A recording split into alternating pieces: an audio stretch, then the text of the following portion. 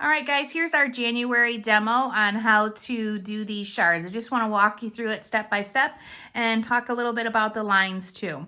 So with this, make sure you've got your blueprint out.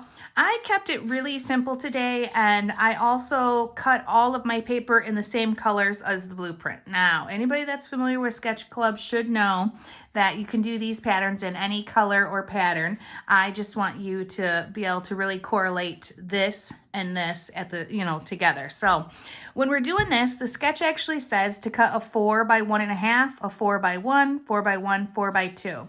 And I know this pennant looks like it's exactly perfect, and it absolutely is not. It's just, how it's placed on the paper.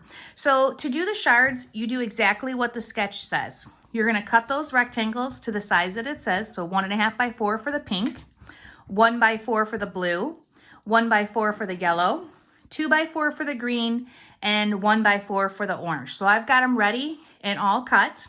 Now, every time you make one of these, you're going to get 2 pieces. So don't go cutting 1, 2, 3, 4, 5, 6 pink rectangles, because if you do, you're going to end up with 12 pieces. You would only need 3.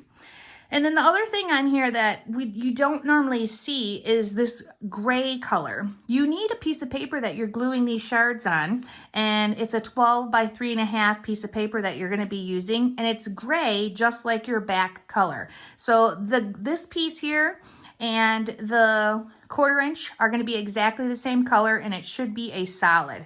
We want to have about 1/8 of an inch lines in between all of these. And I'll show you a trick with that too if you want it exactly perfect. So let me set this over here so we can kind of see it, and grab the trimmer. Doesn't matter which way you use your trimmer. You're going to take your rectangle once you have them cut to the size that the sketch says, and you're going to lay it on the trimmer on the diagonal. So corner to corner, opposite corner to opposite corner. And then once you do that, make sure it's perfect, where you've got the point and the point. Hold it down, and then go ahead and cut it. And that's what you're going to get, and that's 2 pieces out of 1 rectangle. So I just want to quickly cut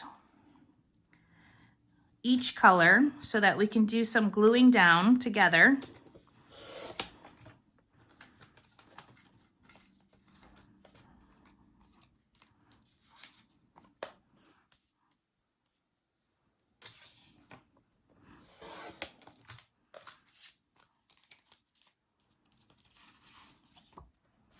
So I'm just laying it on my trimmer, opposite corner to corner. I love this trimmer because it's the metal blade shows me exactly where it's going to cut. There's no guesswork with that wire.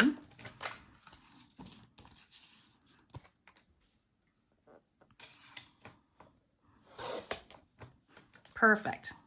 All right, now that we've got 1 of each color cut, I'm going to take a scrap piece of paper, which is just a white piece that I have here, and I'm going to cut 1/8 of an inch. Now, 1/8 of an inch on this trimmer is right there.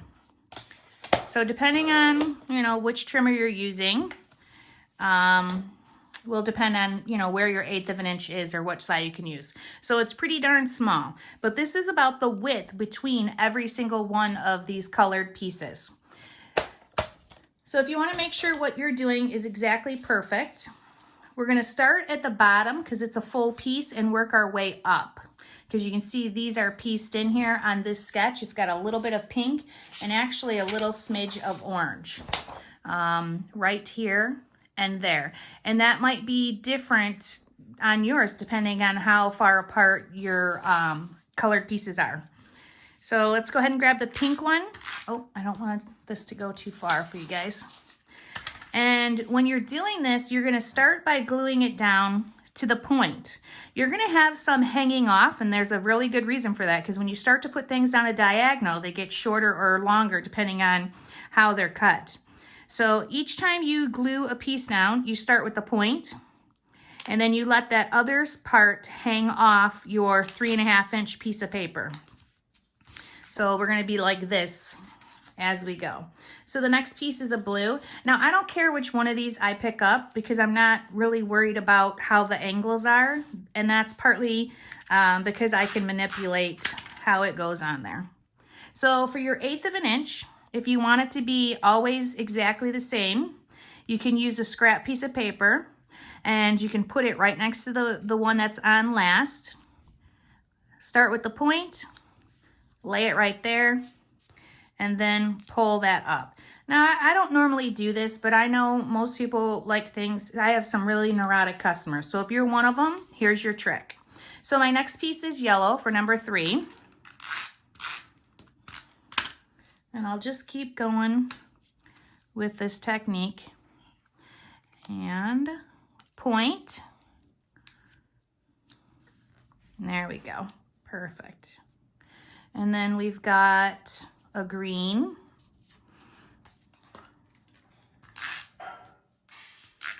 Put the point.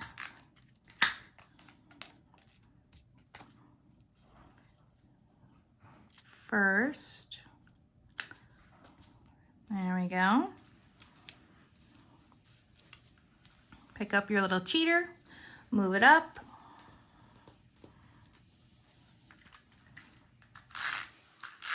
We've got our orange.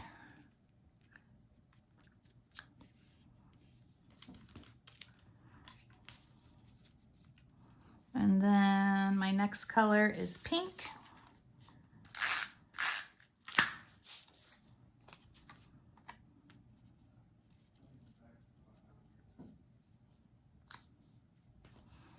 There we go. Well, that looks like it's a little big. Yeah, let me try that again. Hard. There, perfect. All right, so on both of the borders, for the right and the left, you're gonna do exactly the same thing. This is a full piece and this is a full piece. So you can start, you know, when you start to do this one, you'll lay your 2 pieces down and then you'll start from the opposite end and lay the other 2 pieces down. And then you'll take this piece, once you have them all glued down, and you'll turn it over and just trim off the excess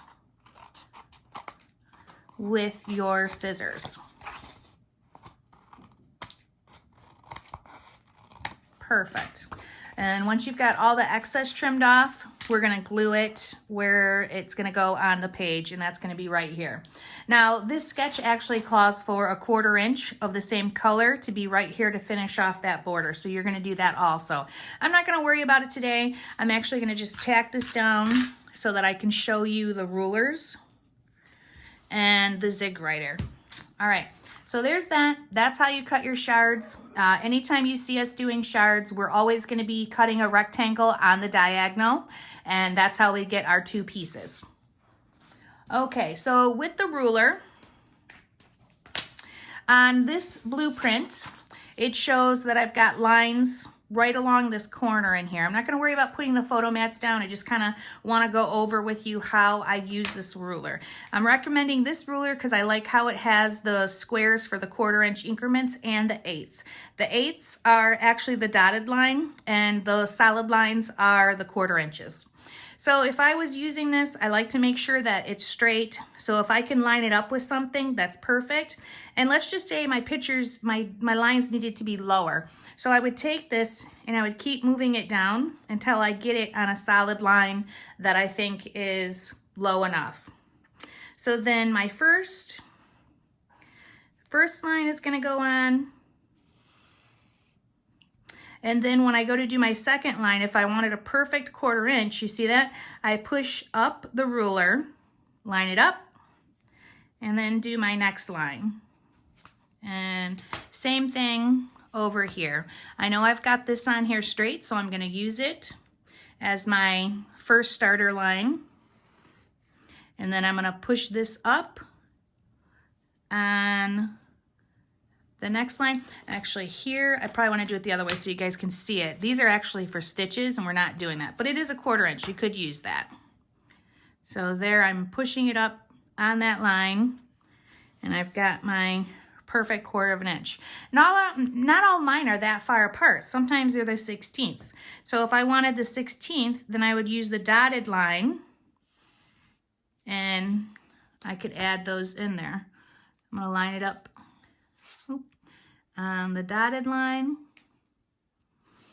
I'm going to go right in between them. All right. Simple, simple. The ruler is pretty easy to use. You know, I got a little faux pas there. And then you're going to just go through, skip around with your dotting and dashing, because all of the lines or circles, depending on what blueprint you're using, is going to have that. And then you go back with your fat side. And anytime I have a mistake, I always cover it up with the dots. It's one of the things I love about it. And just go through until you feel like you have enough. Okay, ladies, any questions? Let me know.